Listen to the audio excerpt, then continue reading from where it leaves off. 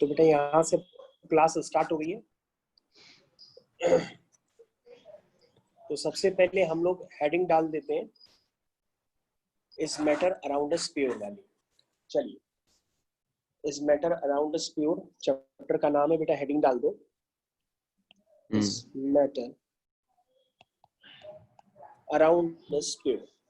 चलो मेरे साथ हेडिंग डालो, इस matter around the sphere. These math questions are too hard. There is no way that I can. ठीक है बेटा, डाल दिया? Yes sir. ठीक है, is matter around us pure, is matter around us pure. ठीक है, तो आज की डेट भी डाल देते हैं। आज की डेट है 6/8/2020। ये है बेटा। तो बेटा सबसे पहला क्वेश्चन आप देखिए क्या गिवन है। सबसे पहला क्वेश्चन हम लोग के पास यहाँ पर गिवन है बेटा। सबसे पहला बेटा हम लोग के पास यहाँ पर क्वेश्चन गिवन है, what is meant by a pure substance. तो रोमन सबसे पहला क्वेश्चन तुम्हारी स्क्रीन पे हम लिखने जा रहे हैं। सबसे पहला क्वेश्चन है बेटा, what is meant by a pure substance. तो बेटा अब ये क्वेश्चन ऐसे हैं कि अब आपको टिप पे लर्न करने पड़ेंगे, क्योंकि एग्जाम में भी ये बार बार आते रहेंगे। ठीक है, what is the meant by a pure substance. तो बेटा इस क्वेश्चन का आंसर हमको बताना है। क्या होगा इस क्वेश्चन का आंसर, देखो।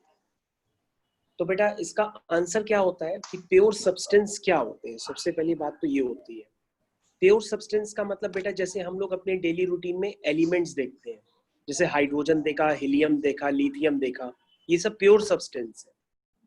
तो बेटा इसकी डेफिनेशन क्या बनी, इसकी बनी a pure substance, a pure substance is one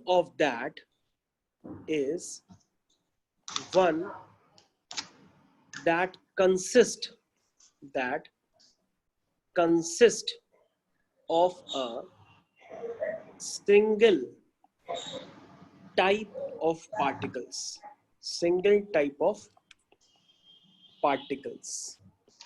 ये होता है बेटा। ठीक है, तो उसमें सब सिंगल टाइप ऑफ पार्टिकल्स होंगे।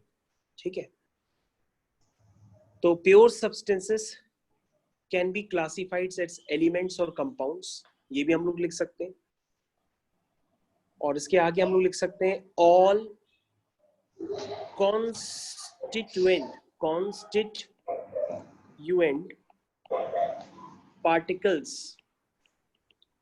constituent particles of a substance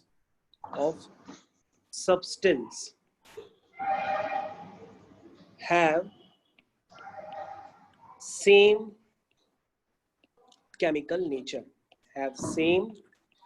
chemical nature, और भी लिख सकते हैं कि pure substance can be classified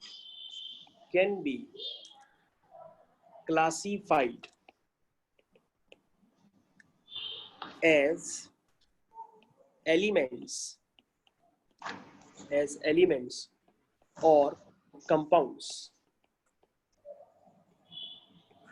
ये है बेटा।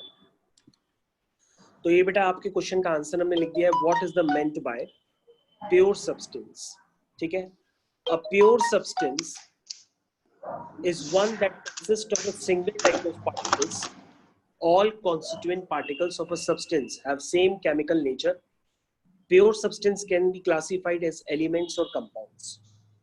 तो रोमन इसको बैठे बैठे बेटा लर्न कर लो साथ में, तुम्हें लर्न हो गया, इसको लर्न भी करो साथ में।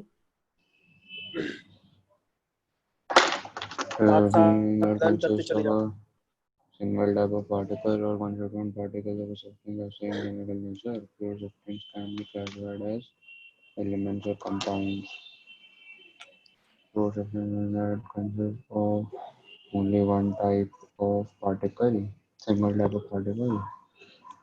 All constituent particles of a substance have same chemical nature. Pure substance can be classified as elements or compounds.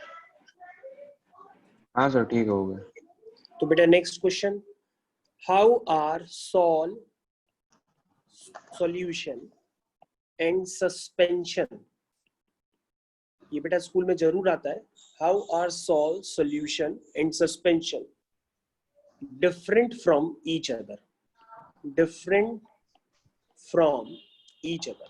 तो बेटा ये एक बार शायद मैंने आपको बताया भी होगा कि सॉल्व, सॉल्यूशन और सस्पेंशन, इसका मतलब ये हुआ कि बेटा 3 तरह के होते हैं, एक सॉल्व, सॉल्यूशन और सस्पेंशन. इस तरह से समझ लो, मैंने एक बार तुमको बताया था कि ट्रू सॉल्यूशन उसको कहते हैं जिसके पार्टिकल का साइज सबसे छोटा होता है. ट्रू सॉल्यूशन वही होता है जिसमें हम लोग पानी पीते हैं. जो हम लोग पानी पीते हैं उसके पार्टिकल के साइज को हम लोग नहीं देख सकते, उसके पार्टिकल का साइज बहुत ही छोटा होता है.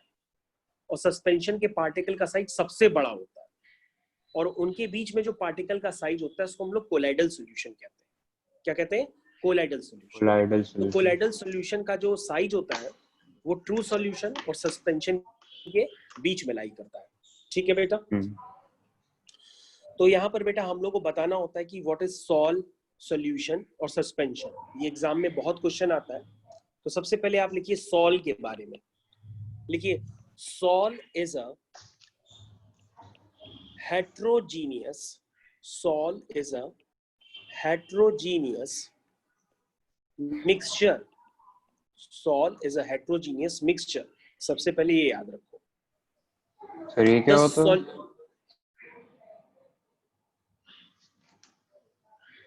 हेलो हेलो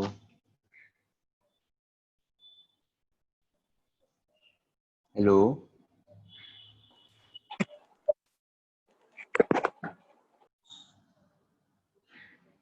हेलो आवाज तो आ रहा.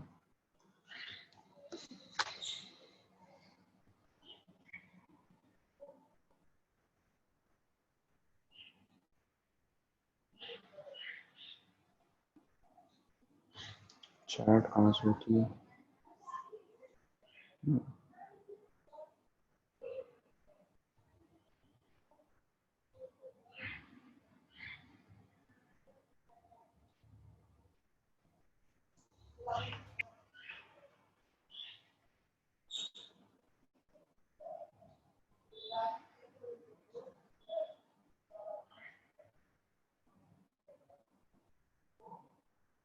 Hello hello sir.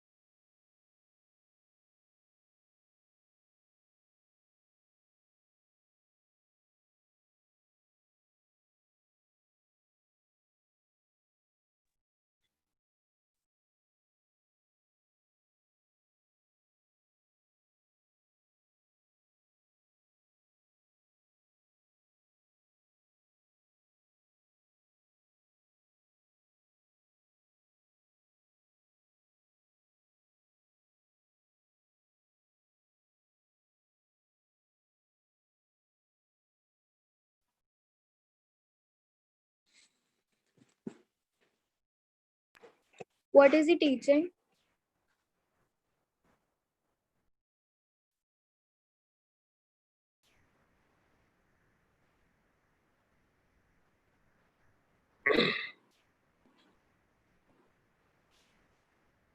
Okay Manya, तुम बेटा आ गई हो? Yes, sir. ओके. हेलो हाँ रोमन.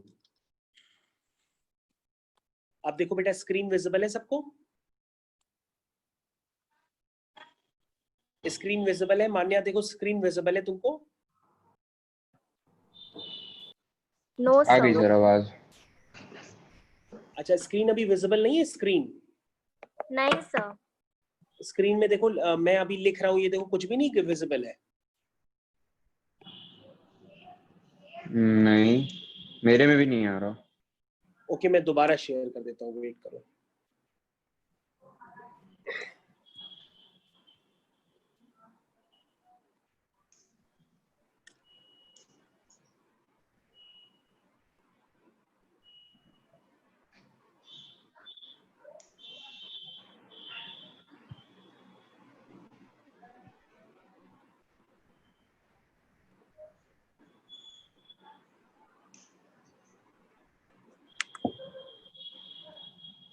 अब देखो बेटा स्क्रीन विजिबल है?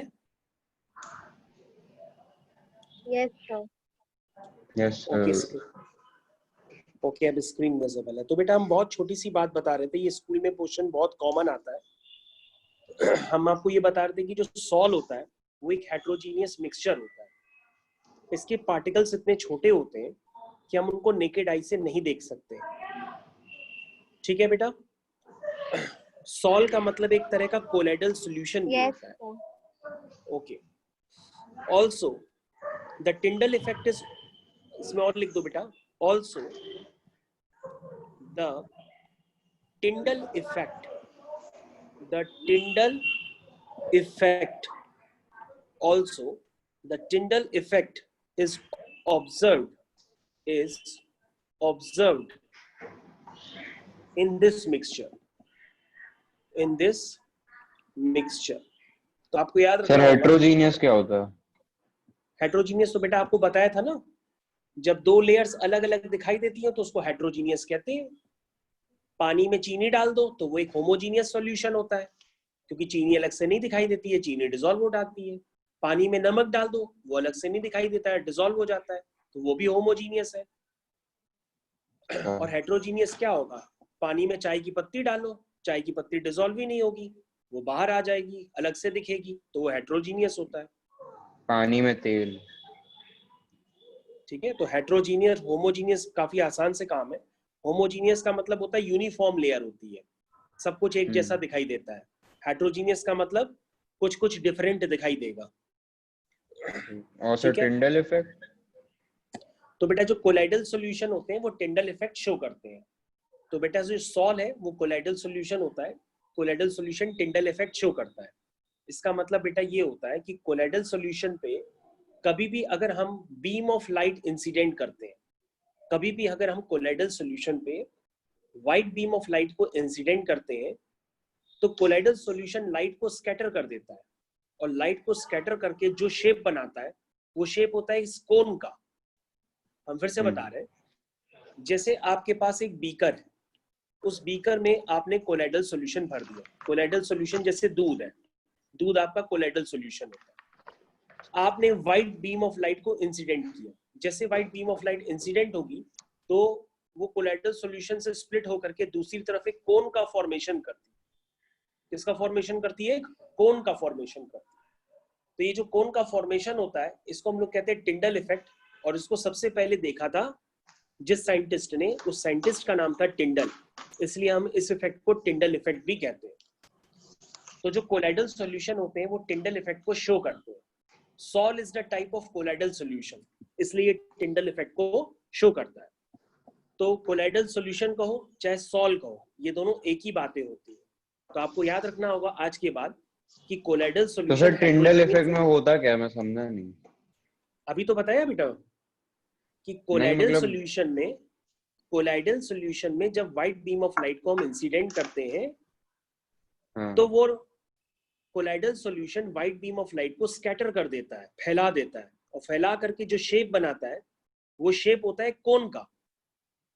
और इस इफेक्ट को सबसे पहले टिंडल ने देखा था, इसलिए इस इफेक्ट को टिंडल इफेक्ट कहते हैं।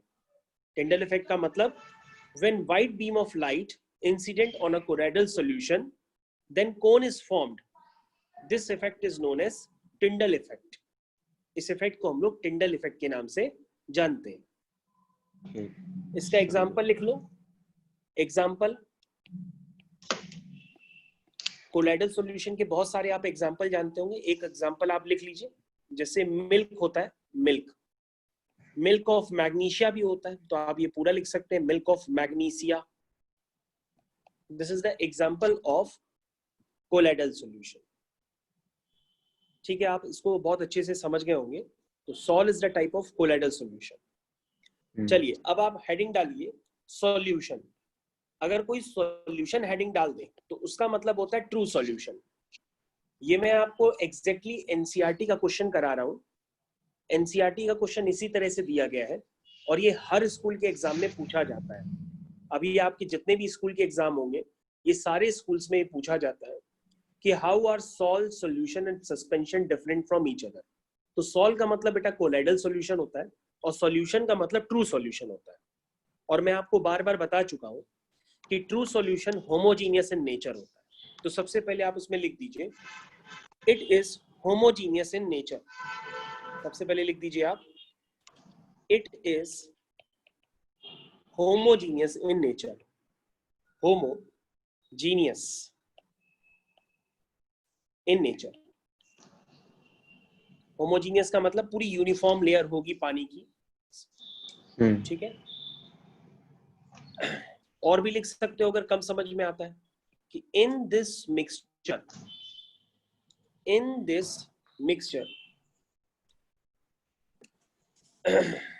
और भी लिख सकते हो in this mixture the solute particles in this mixture, the solute particles dissolve and spread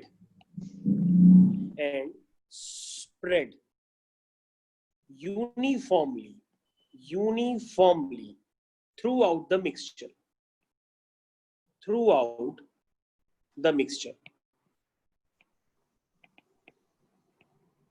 ठीक है,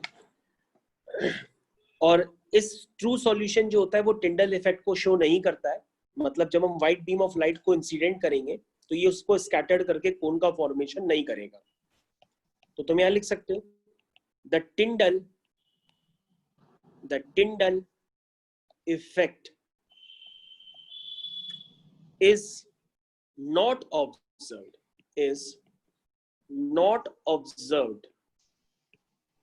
in the solution। या ट्रू सॉल्यूशन एक ही बात है। इसका एग्जांपल लिख दो। इसका एग्जांपल कौन कौन सा होता है सॉल्यूशन का? जैसे शुगर इन वाटर क्या होता है? होमोजीनियस। और क्या लिख सकते हो? सॉल्ट इन वाटर, ये भी क्या होता है? होमोजीनियस। उसके बाद बेटा नेक्स्ट हेडिंग डालिए सस्पेंशन। तो बेटा जब आपके स्कूल के एग्जाम में आएगा तो आप लेफ्ट राइट मत लिखिएगा। जितना हम जैसे आपको सिखा रहे हैं आपको वैसे ही लिखना होगा। अगर आप लेफ्ट राइट लिखेंगे तो आपको नंबर नहीं मिलेंगे। तो बेटा मैंने आपको बहुत देर से बता रहा हूं कि सिर्फ ट्रू सॉल्यूशन ही होमोजीनियस होता है, बाकी सब हेट्रोजीनियस होते हैं। तो आप यहाँ पे बहुत इजीली लिख सकते हैं कि दिस आर मतलब suspension are heterogeneous in nature. Heterogeneous in nature, ये हेट्रोजीनियस इन नेचर होते हैं। ठीक है, और भी लिख सकते हैं इसके बारे में। In this mixture, in mixtures में क्या होता है? द solute particles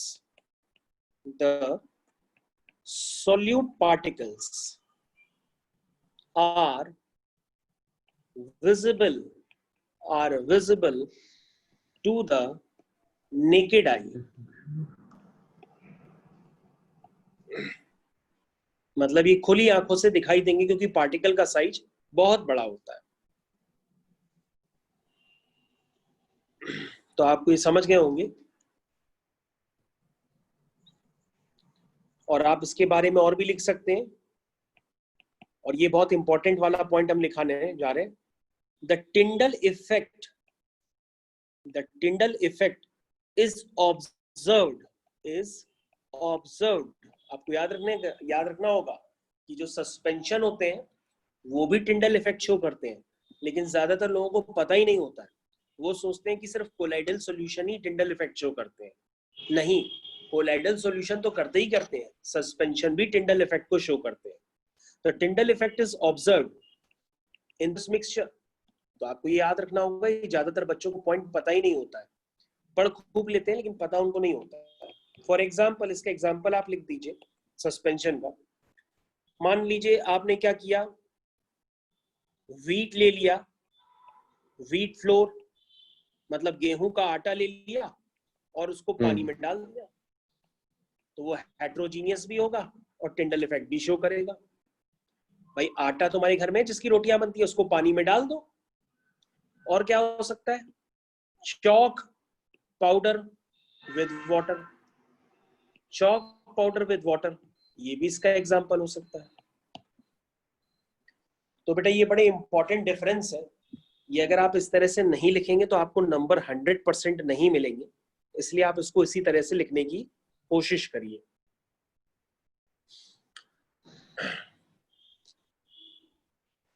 अब बेटा यहाँ पर हम बहुत ही एक इंपॉर्टेंट क्वेश्चन करा रहे हैं, वो आप लोग को बहुत ध्यान से देखना होगा। तो मान्या बेटा तुमको आवाज आ रही है?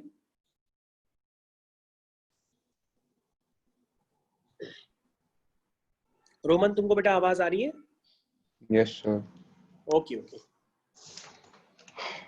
अच्छा उसका नेटवर्क इश्यू है, चलो कोई बात नहीं। तो बेटा अब हम लोग यहाँ पे बहुत ही एक इंपॉर्टेंट क्वेश्चन करने जा रहे हैं, वो ज्यादातर बच्चों का गलत होता है। देखिएगा क्वेश्चन आता है एग्जाम में, हाउ विल you separate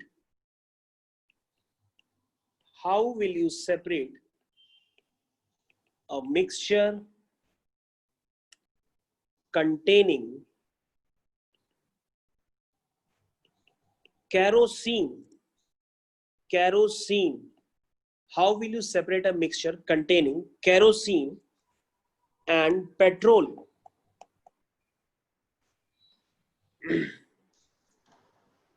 आपके पास एक मिक्सचर दिया है, केरोसिन यानी कि मिट्टी का तेल और पेट्रोल, इसको आप सेपरेट कैसे करेंगे? ठीक है, ये क्वेश्चन आता है।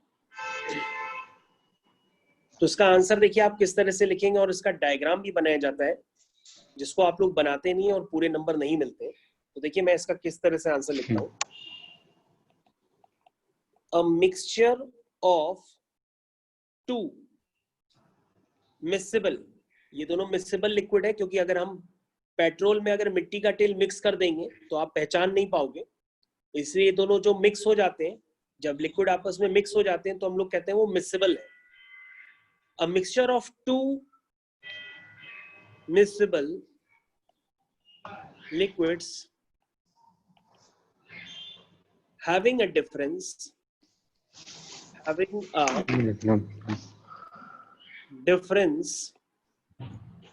in their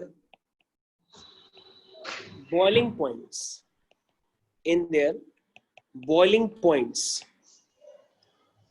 more than 25 degrees centigrade can be separated by method of distillation। तो बेटा ध्यान से देखो, मैंने आपकी स्क्रीन पे क्या लिखा है। मैंने आपको बताया कि मिट्टी का तेल और पेट्रोल ये आपस में मिक्स हो जाते हैं, अब इनको आपको सेपरेट करना है। तो सेपरेट करने के लिए आपको ये पता होना चाहिए कि इन दोनों के जो बॉइलिंग पॉइंट है उनमें 25 डिग्री सेंटीग्रेड का डिफरेंस होता है। तो ऐसे लिक्विड जिनमें 25 डिग्री या 25 डिग्री से ज्यादा का डिफरेंस होता है, उनको सेपरेट करने के लिए हम लोग डिस्टिलेशन यूज करते हैं। तो आपसे पूछा जाएगा सबसे पहले कौन से प्रोसेस से आपने मिट्टी के तेल और पेट्रोल यानी केरोसिन और पेट्रोल को अलग किया, तो आप आंसर देंगे डिस्टिलेशन से। किससे अलग किया? डिस्टिलेशन से। हम्म तो देखिए हम किस तरह से इसका डायग्राम बना रहे हैं और डायग्राम बना के आपको समझाते हैं। तो मैं डायग्राम आपकी स्क्रीन पे बना रहा हूँ, डायग्राम आपको देखना पड़ेगा। सबसे पहले हम डायग्राम बनाने के लिए यहाँ पर कुछ बनाते हैं। सबसे पहले जैसे मैंने एक बना रहे हैं, देखते रहना अभी। तो डायग्राम ऐसे ही आपको स्कूल में भी बनाना पड़ेगा, तभी नंबर आपको मिलेंगे।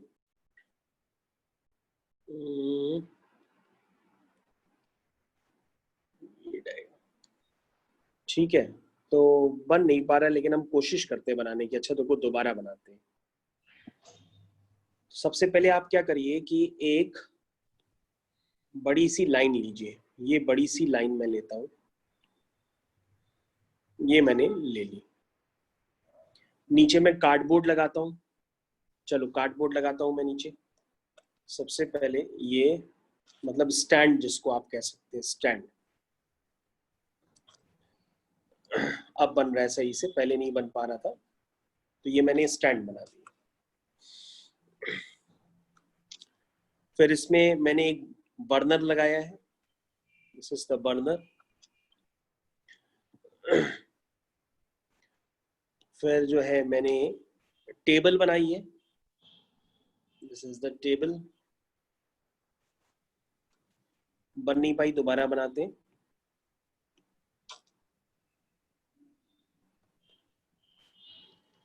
टेबल नहीं बन पा रही है। ओके, मैं दोबारा ट्राई करता हूँ टेबल बनाने के लिए।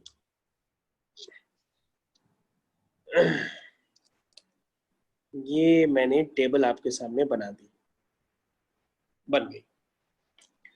उसके बाद एक आपके सामने बीकर बनाते हैं। ये बन गया। फिर इसके ऊपर फनल लगाते हैं। फनल, ये मैंने फनल लगा दी।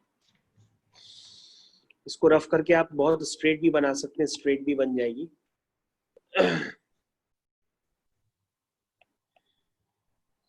बना दे।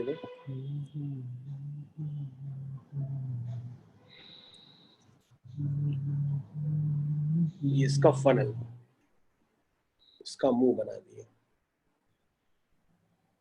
अब इनको आपस में आप ज्वाइन करिए।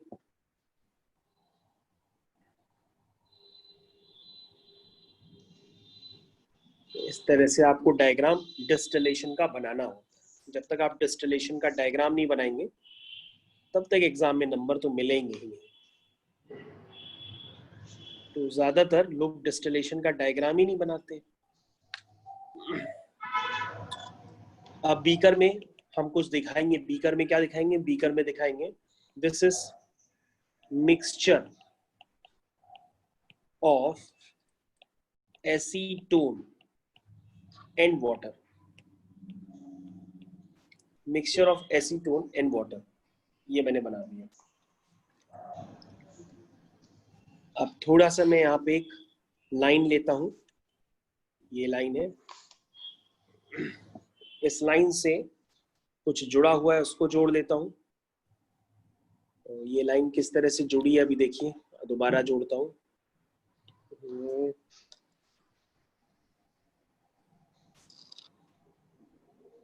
इस तरह से ये जुड़ गई। एक और जोड़िए, ये जुड़ गई। फिर क्या करिए? फिर जो है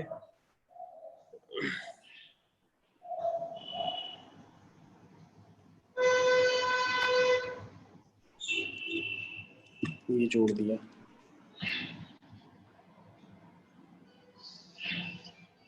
इस तरह से धीरे धीरे डायग्राम बनाइए, आपका बनता चला जाएगा। यस बीकर बना लीजिए।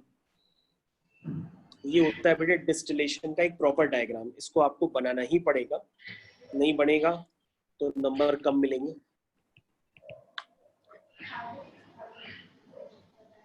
ऊपर से आपको थर्मामीटर भी लगाना पड़ेगा। ये मैं आपको थर्मामीटर लगा देता हूँ। This is thermometer. थर्मामीटर। अब नेमिंग कर दो थोड़ी सी। थर्मोमीटर, ये थर्मोमीटर लग गया। मिक्सचर किसमें है उसमें? एसीटोन और वाटर का, ठीक है। और यहाँ पर ये वाटर आउटलेट होता है, यहाँ पर एक वाटर आउटलेट होता है, और यहाँ बगल में क्लैंप लगे होते हैं, this is known as clamp. Clamp यानी पकड़ने का वह हिस्सा। इसके अंदर पानी भरा होता है, पानी। कौन सा पानी? कंडेंसर, वाटर कंडेंसर है ये वाटर को कंडेंस कर देगा और लिक्विड में कन्वर्ट कर देगा। ये नीचे जा रहा है लिक्विड, यहाँ से टपक रहा है। तो ये बेटा यहाँ से ठंडा पानी जाता है, कहाँ से? यहाँ से, जो अभी तुमने बताया, यहाँ पे लिखना होता है कोल्ड वाटर इन, यहाँ से कोल्ड वाटर इन है, और ये वाटर कंडेंसर है, उसको जो है, और ये एसीटोन है। कुल मिलाकर के ऐसा आपको डायग्राम बनाना पड़ता है, तब किसी को पता होता है कि आपको डिस्टिलेशन पता है। तो डिस्टिलेशन उन्हीं का करते हैं जिनके बॉइलिंग पॉइंट में 25 डिग्री सेंटीग्रेड से ज्यादा का डिफरेंस हो। तो बेटा इस तरह से नियरली डायग्राम आपको बनाना होता है और नंबर आपको मिलते हैं। इसको कहते हैं बेटा डिस्टिलेशन फ्लास्क कहते हैं, इसका नाम होता है distillation flask. This is distillation flask.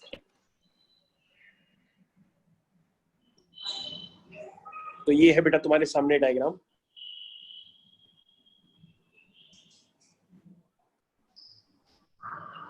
अब हम तुम्हारे लिए इसमें लिख देते हैं कुछ पार्ट, ताकि तुम जब पढ़ो तो तुम्हें याद रहे। तो बेटा इसमें लिखना होता है कि in this method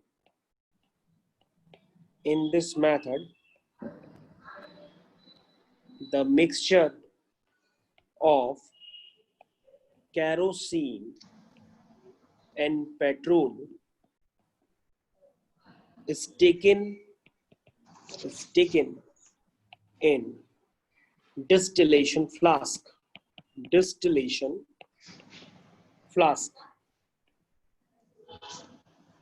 with a thermometer fitted in it. We also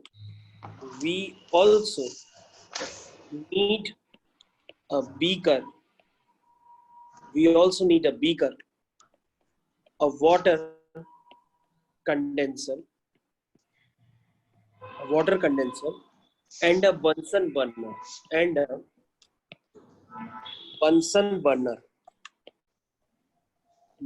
burner जो नीचे इसको हीट करता है, दिस इज, यहाँ से इसको हीट कर रहा है, ये आग जा रही है, this is called Bunsen burner, जो मैंने नीचे बनाए हैं। बंसन बर्नर इसको हीट कर रहा है।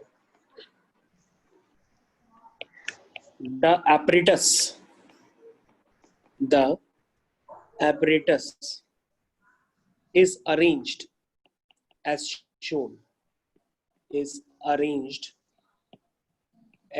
shown above. The mixture is heated slowly. The mixture is heated slowly. The thermometer should be watched simultaneously. The thermometer should be watched simultaneously.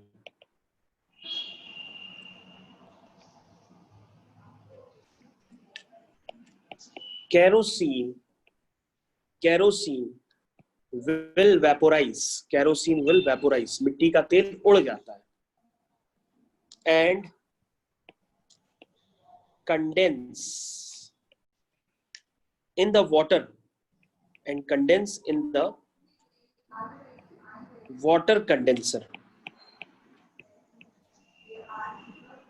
और वाटर कंडेंसर में जाकर के कंडेंस हो जाता है। The condensed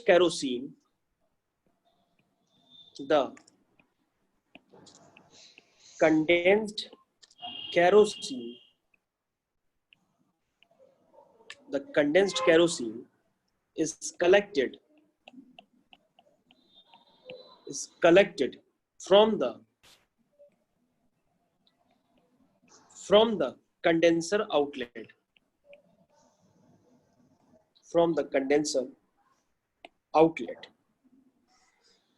whereas petrol is left behind in the distillation flask.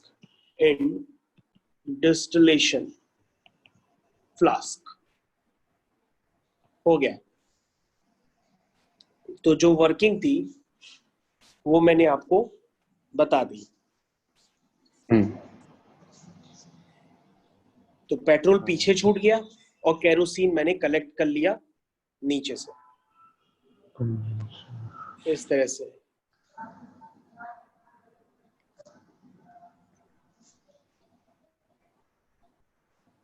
तो यहाँ पे बस थोड़ी सी मिस्टेक हो गई है, उसको सही कर लेना। ये एसीटोन और वाटर नहीं है, दिस इज पेट्रोल एंड, यहाँ पे सही कर लेना, ये मैंने एसीटोन और वाटर लिख दिया, दिस इज पेट्रोल कैरोसिन। हाँ, इसमें मिक्सचर होता है, mixture of petrol and kerosene, petrol and kerosene. तो पेट्रोल पीछे छूट जाता है और कैरोसिन नीचे आके कंडेंस हो जाता है, जिसको हम लोग कलेक्ट कर लेते हैं। तो दिस इज कैरोसिन। सर मैं लिख रहा था। हाँ, कैरोसिन का मतलब होता है मिट्टी का तेल। हाँ ठीक है बेटा, सर नीचे कर दीजिए थोड़ा। नीचे कर दे। नीचे नीचे, अच्छा नीचे, बस।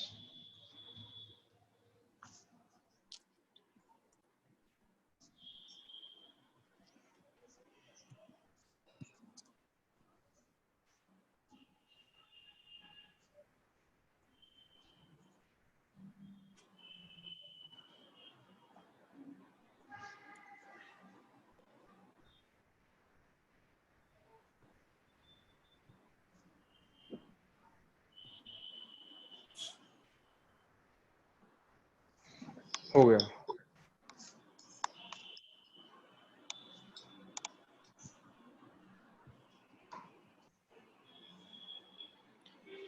हो गया बेटा? Yes sir. ठीक है, गुड।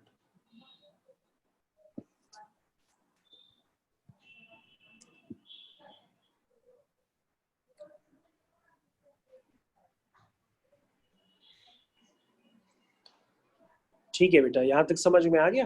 अब बेटा नेक्स्ट बहुत ही इंपॉर्टेंट क्वेश्चन करा देते हैं, वो भी कर लूं, वो तुमको स्कूल में बार बार मिलेगा। क्वेश्चन है बेटा, नेम द टेक्निक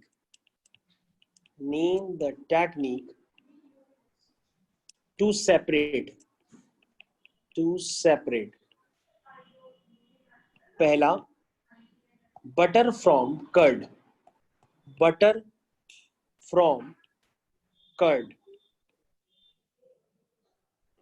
दूसरा salt from seawater,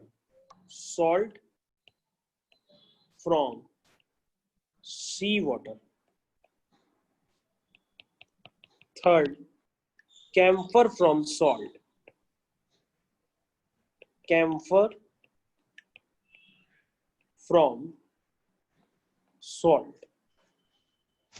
ये बेटा 3 है। तो बेटा इसको अलग करने के लिए यूज करते हैं सेंट्रीफ्यूगेशन। बस एक वर्ड में आंसर होता है, इसका नाम होता है सेंट्रीफ्यूगेशन।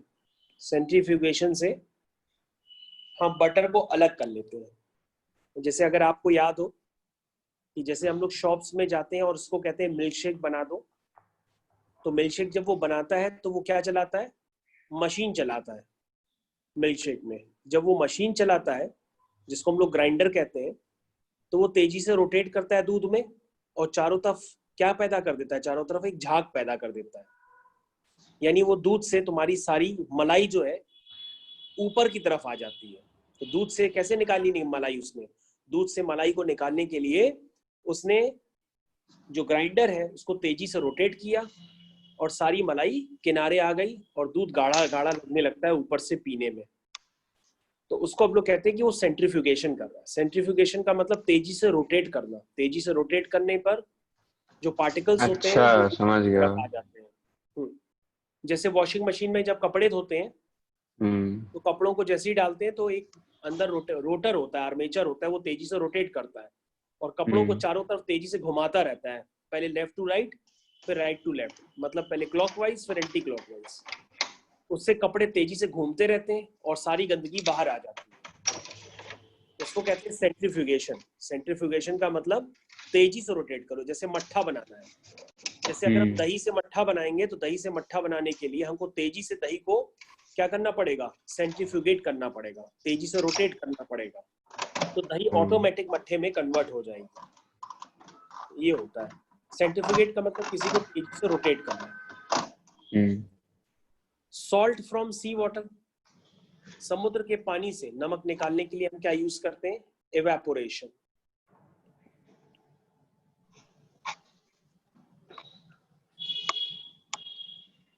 और लिखा है camphor from salt. Camphor from salt, इसको कैसे निकालते हैं? By method of sublimation. Sublimation ये होता है। सर सब्लिमेशन क्या होता था? सब्लिमेशन एक प्रोसेस होता है सॉलिड से गैस में कन्वर्ट करने का मेथड, उसको कहते हैं सब्लिमेशन। सब्लिमेशन का मतलब कभी भी सॉलिड से गैस में कन्वर्जन जो होता है उसको हम लोग कहते हैं सब्लिमेशन। अब जैसे लिखा है कैम्फर फ्रॉम सॉल्ट, सॉल्ट से कैम्फर कैसे बनाया? कैम्फर का मतलब हुआ फिटकरी। तो एक प्रोसेस होता है सब्लिमेशन, उसको यूज करके बनाया जाता है। तो अभी तो तुमको सिर्फ यही याद रखना है कि ये 3 प्रोसेस बड़े इंपॉर्टेंट है, जिसको मैं तुमको बाद में और भी डिस्क्राइब कर दूंगा, लेकिन अभी ये 1 वर्ड वाले हैं तो तुम्हें याद रखो कि दूध से मक्खन निकालने के लिए हम क्या यूज करते हैं? मक्खन निकालने के लिए हम सेंट्रीफ्यूगेशन करते हैं। दही से मक्खन निकालने के लिए हम सेंट्रीफ्यूगेशन करते हैं। कभी लोग घर पे निकालते हैं तो घर पे निकालते समय बहुत बदबू भी आती है। इसके अलावा सी वाटर से सॉल्ट को निकालने के लिए एवापोरेशन करते हैं और सॉल्ट से कैम्फर निकालने के लिए एक प्रोसेस होता है जिसको हम लोग सब्लिमेशन करते हैं, वो होता है। ठीक है बेटा? Yes sir. तो हम लोग नेक्स्ट क्वेश्चन करते हैं। नेक्स्ट क्वेश्चन आखिरी करता है, ठीक है? आखिरी क्वेश्चन है। yes, वो है what type of mixture, what type of mixtures is separated by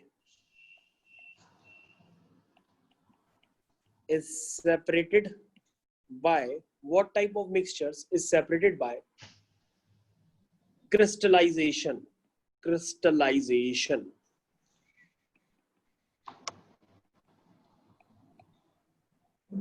What type of mixture is separated by crystallization? इसका आंसर लिखते हैं हम। क्रिस्टलाइजेशन तो जिसमें बहुत छोटे छोटे पार्टिकल्स बन जाते हैं। हाँ, तो लिखा है प्योर सॉलिड्स, तो यहाँ पे लिख देते हैं पूरा।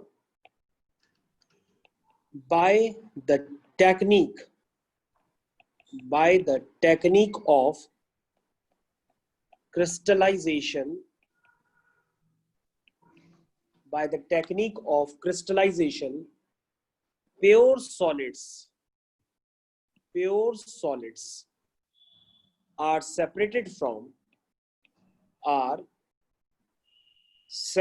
from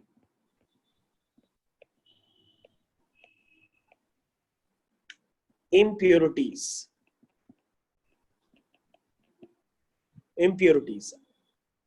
आवाज आ रही बेटा मेरा? Yes sir, yes sir. For example, तो मैंने लिखा है by the technique of crystallisation pure solids are separated from impurities. ठीक है. For example, salt obtained from sea,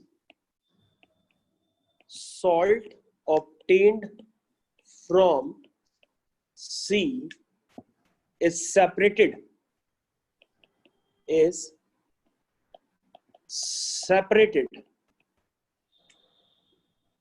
from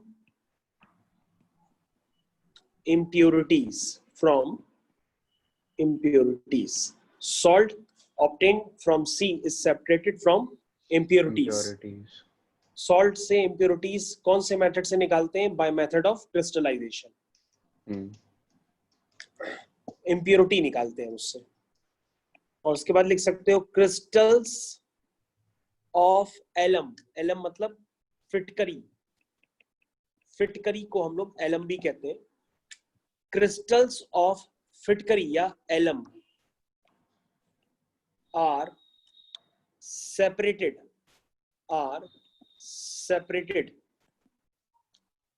from impure samples.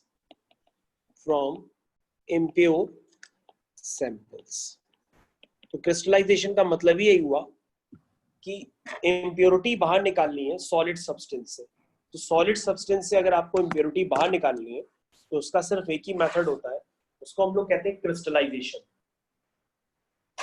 ठीक है, क्या कहते हैं? क्रिस्टलाइजेशन.